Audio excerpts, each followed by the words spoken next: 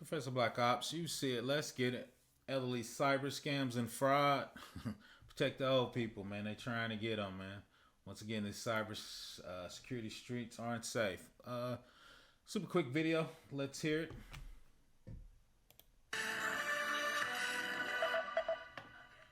Donna Parker can't help but feel guilty. I felt stupid. I mean, it's like, I should have known. I should have looked. I should have paid attention. But I didn't. By the time she figured out what was happening, her elderly parents were hundreds of thousands in debt. And I just spent all this time going, oh my goodness. Oh my goodness. By phone and mail, a ring of Canadian sweepstakes scammers had tricked Charles and Miriam Parker into giving away their life savings. And before it was over, the highly educated couple had become unwitting accomplices in what officials say is a $3 billion a year racket. I've been on house calls with older adults where there have been concerns about abuse or neglect, and literally not 60 seconds would go by that their phone wasn't ringing. And I would pick up the phone and say hello, and it was, a Nigerian princess or somebody in the Canadian lottery. FBI agent Joan Fleming handled the Parker case and says the problem is getting worse every year. I'm seeing larger amounts of money from single victims reported. 6 figures is not unusual. But what makes the Parker case unusual is that after they'd been cleaned out, the couple became what authorities call money mules. The scammers would have other elderly victims send cash to the Parkers, hidden in old magazines.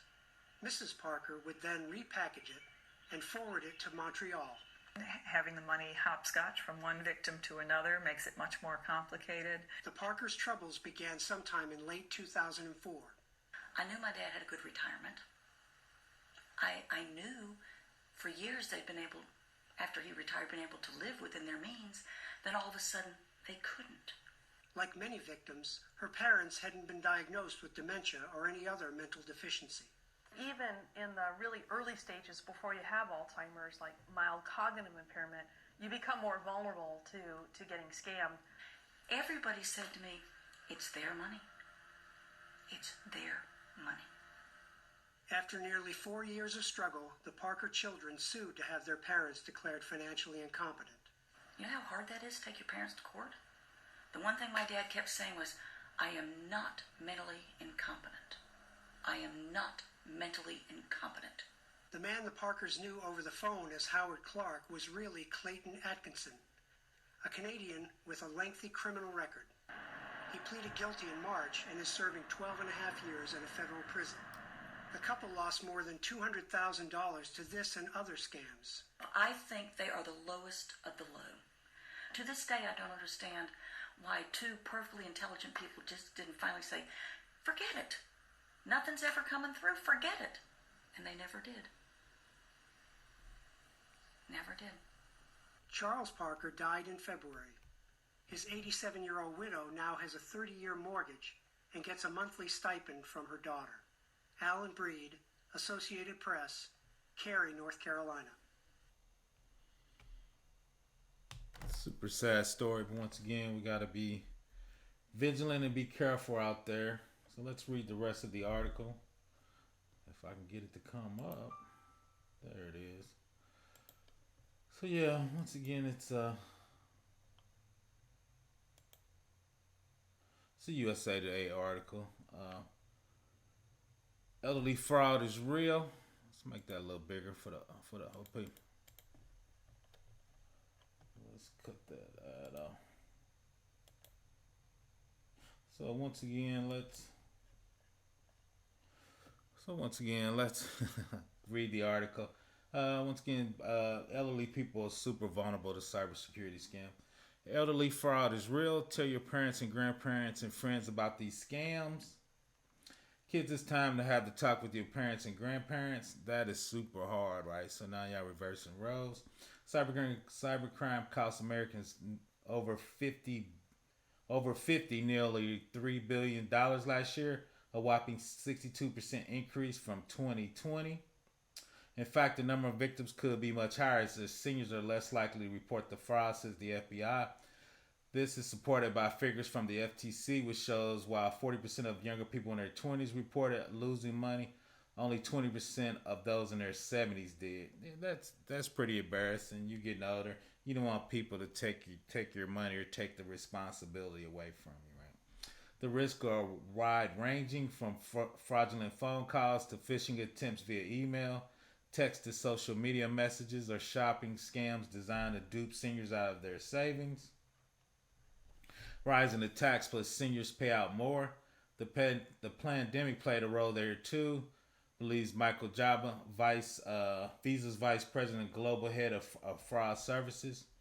It's no surprise when you've seen a massive shift over the years towards digital transactions. But with this shift, there's also an increasing focus on fraudsters. This is especially true for elderly individuals who might be a target because of a lack of technical sophistication, because they don't always report their crimes to authorities. Most of the time, they only report their crimes to their kids, right? You can see the lady, he was trying to help her father, and it just wasn't going well, right? So, Jabari said grandparent scams are still a popular attack method.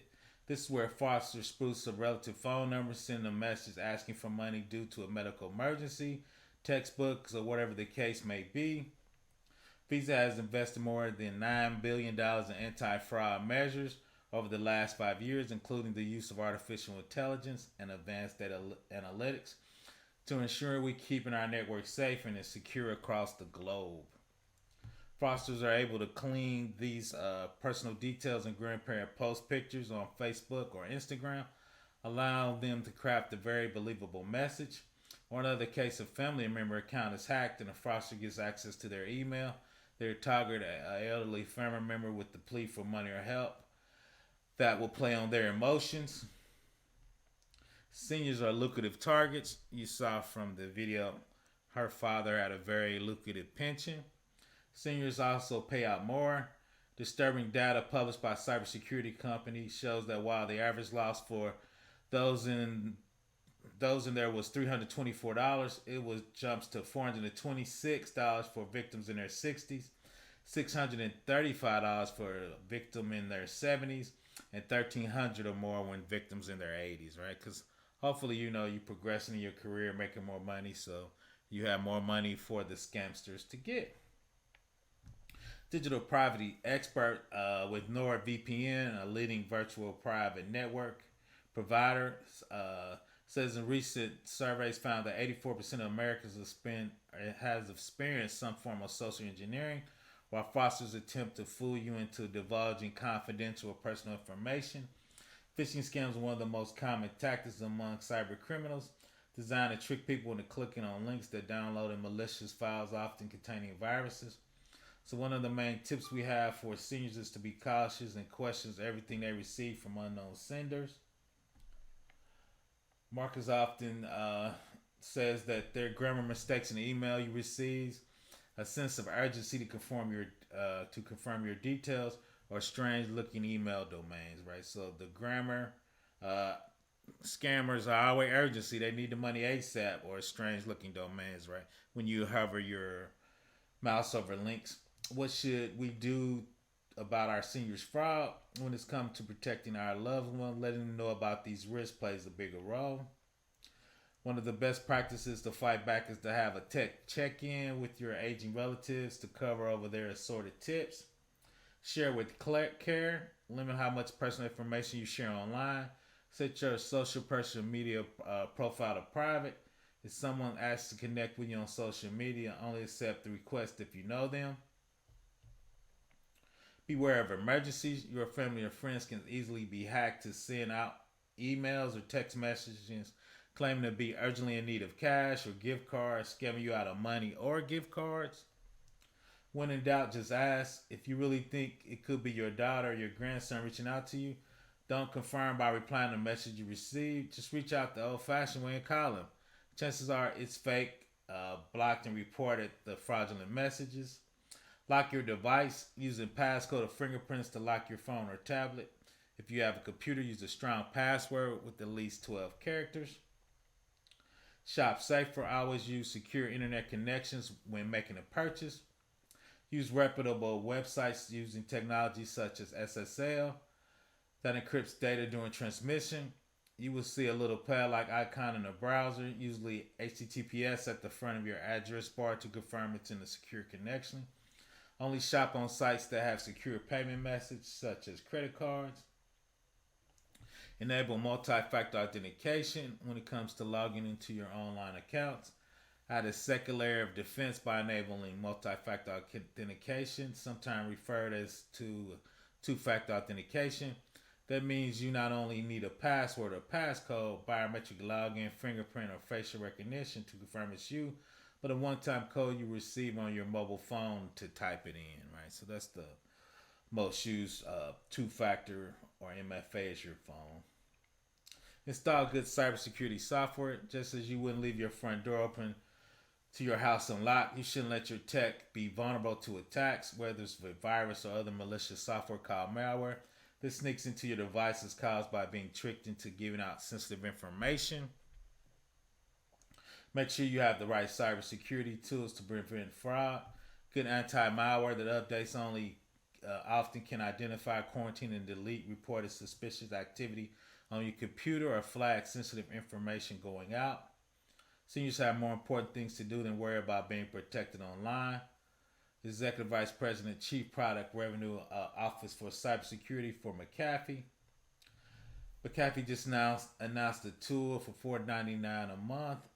After that, it was created to make it easy for everyone to confidentially live life online, no matter how much or little they know about technology and online threats, including identity theft.